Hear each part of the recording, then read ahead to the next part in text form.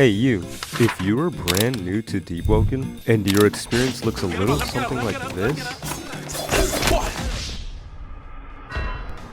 then you might want to watch this video. In this video, I'm going to try to cover everything, starting from the absolute basics like your UI, the leveling system, and where you're even supposed to go, all the way up to advanced mechanics like build making, fighting bosses, and the depths as a whole. And if throughout this guide you ever get lost or have any questions, make sure to comment them down below, and I'll try to answer as many of them as I can. And with all that being said, let's get into the guide.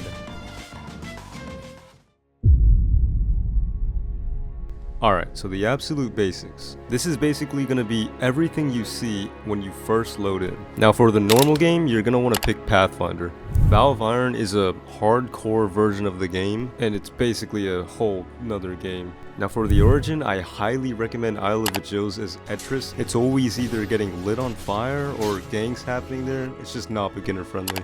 Now for weapon choice, this does come down to preference, but I will warn you, Dagger class is going to be the hardest to start off with, and Battle Axe or Heavy is going to be the easiest. Now for your attunement, again this is going to come down to preference, and these are all pretty balanced, but I think the best ones for beginners are frostdraw and flame charm.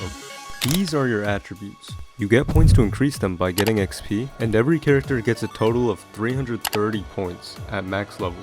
I'll cover more on this later on in the video, but as a beginner you shouldn't really worry too much about this. For boons and flaws, these are just little buffs and debuffs. You can hover over them to see what they do, but I would go autodidact for my buff. It just makes progression way faster. And then for my flaw, I would choose obvious, because the downside isn't really that noticeable. Now that we're done making our character, let's hit finalize and go into the real game. Okay, so we're in. The first thing we need to learn are the controls and the UI. Now the first thing we can see is the game wants us to talk to Aristo in this quest on the top. Now all he does is answer some basic Q&A, but after we talk to him we're going to get the option to set sail. But before we do this, we're going to have to learn a little more about the game. So let's go to a more appropriate location and learn about the UI first. This is the health bar. It stays this solid orange color while you're on 2 lives, and it becomes this stained rusty orange when you're on 1 life. Now if you die on a stained health bar or on 1 life, then you'll be sent to the depths, which is really risky because dying there even once will cause you to permanently lose your character. Now don't worry, if you're on 1 life, you can get your 2nd life back by getting a level up. Now, this light blue bar is your ether, and it's basically the stamina of this game. It goes down when you use mantras, but it goes up when you have tempo. The more tempo you have, the faster your ether regens, but the less tempo you have, the slower your ether regens. Now, if you're getting comboed, you can click G to vent, pushing anyone off of you at the price of using some tempo. This is your posture. When you get hit while blocking, this goes up, and when you reach max posture, your block will be broken. When you parry, however, your posture bar goes back down. This thin white bar is your armor. It's an extra layer of resistance, and you can regenerate it by sitting at campfires. These 3 bars are your blood, thirst, and hunger. They all slowly go down over time, causing small debuffs and eventually death. But don't worry, they can all be easily replenished. And this last important part of UI is your knowledge and your notes. Both work as some sort of currency, with your notes being the simpler one used to buy armor, weapons, gear, and knowledge used for more advanced mechanics like making deals with shrines. This last thing I want to point out is completely optional and up to you, but if you talk to this guy right here, you can spar with an instructor and learn more about the combat system. If you click M, you can open up the map. This is going to be your best friend in terms of navigation, as it tells you exactly where to go. And now that you're done learning the basics about the game, we can set sail to our first island. Open up your map and sail to Lower Aricia.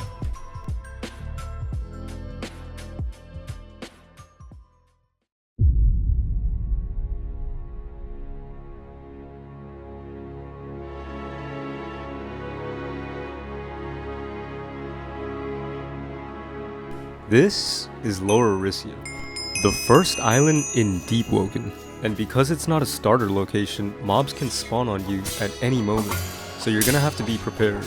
Make sure you have some of the combat mechanics down, such as F to parry, Q to dodge, and R to use your critical. Now once you beat your first fight, you're probably gonna get some stat points.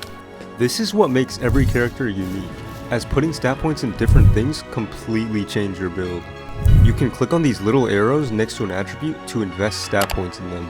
But what do these do? Putting stat points in an attribute can control what talents, mantras, and oaths you can get. And what are these? When you level up, you get talents and mantras. Talents are passives and mantras are physical abilities. These of course change depending on what you have your skill points into.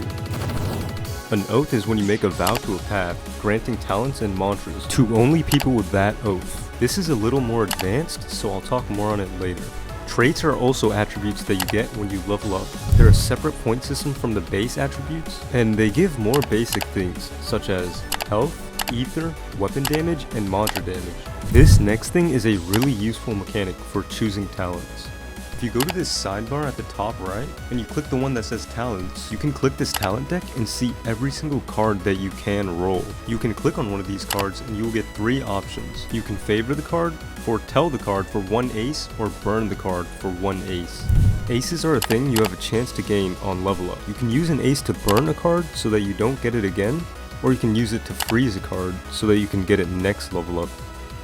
Now that we're done learning about the talents and combat system, we can navigate to the job board and do our first quest. Now, if you open up your map, we can see exactly where the job boards are. This is where we're gonna get our quests, so follow this route to get there.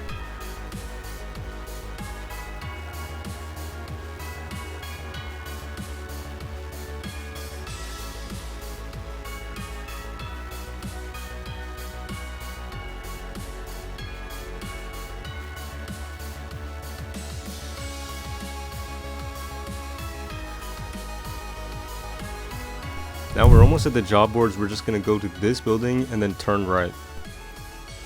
This is the job board, your primary source of EXP in this game. When you click on a quest, it's going to appear on your map as a yellow exclamation mark. You can then navigate to this location and complete the quest to get the EXP. And you can grab as many as you want, but just be careful. Not all of them are the same difficulty. So as you can see, there's a bunch of them on the map now. So I'm just gonna head to the closest one and demonstrate what it looks like. Ooh, this one's the Sharko. This one's not recommended for beginners. Oh, and another thing I forgot to mention is you're probably gonna want to craft a glider to get to all these locations. This is the Sharko. It has 2 main moves, the slashes and the kick. Now the Sharko's a pretty hard mob to learn when you're just starting, but when you first pull it off, it's so satisfying. No. And you see it says job complete. That means you finished the job and you got the XP for it. But now that you have all this XP and points left, you might be wondering, where do I put these points in? Well, not to worry, because I made 4 simple but decent builds that any beginner can make. There's one for each attunement, and you can use any weapon class on any of them. Now, if you want a more in-depth version of the build, including what talents to get, what mantras to get, and what oath to get, then there will be a link to them in more detail in my description. But what if you're just getting outnumbered by these bandits? You try to push them off, but they keep coming back to hit you. You try your best, but you still end up dying to them. But you know, it's fine. You still have 1 life left, right? You see a Sharko in the wild and you're like, you know what? I've been practicing my parries, my dodges. I got this! You just died with 1 life left, and now you'll be sent to the depths.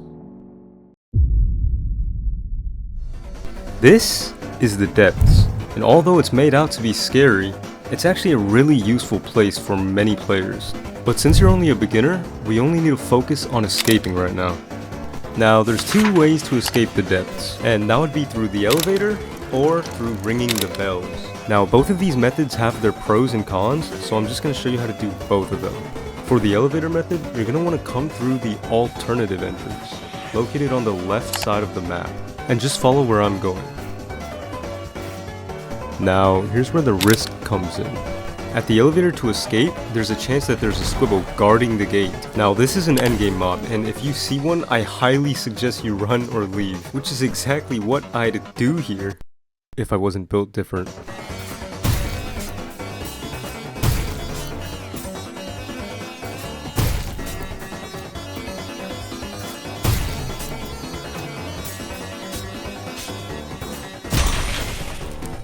Okay, and if you somehow got past the squibbo or he just wasn't there, then you're gonna have to keep going in the direction that you were originally going till you get to this wooden elevator. Then you just go on the elevator and then you're inside the gate. For the other method, you're gonna want to start on the right side of the gate this time, and you're just gonna want to follow where I go. Once you ring this bell, it'll make a loud noise and you'll have to ring one more. And now, just follow me to the other one.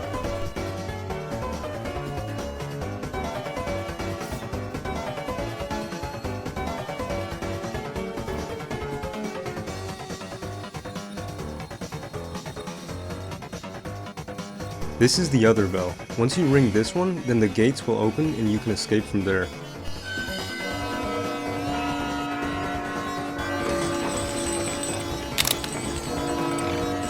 Now, once you're actually within these gates, you're gonna see a lever. And when you click that lever, you're going to be sent to trial where you have to face something based on your level. Because this character is only level 4, I don't have to fight anything. But the higher level you are, the harder mobs you have to fight for trial.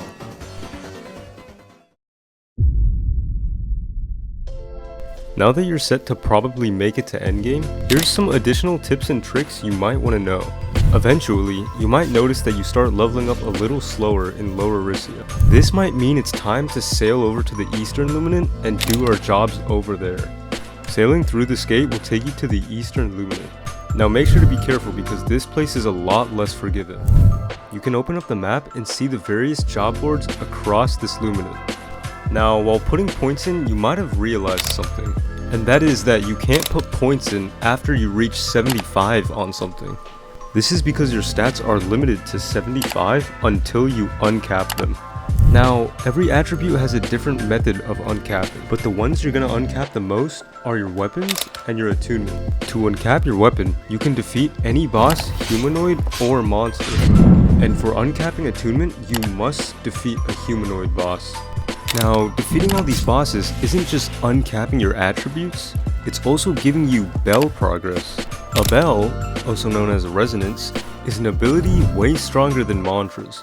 You can unlock your resonance after dying in the depths with enough bell progress. If you have enough bell progress, you'll be revived instead of wiping, unlocking your bell.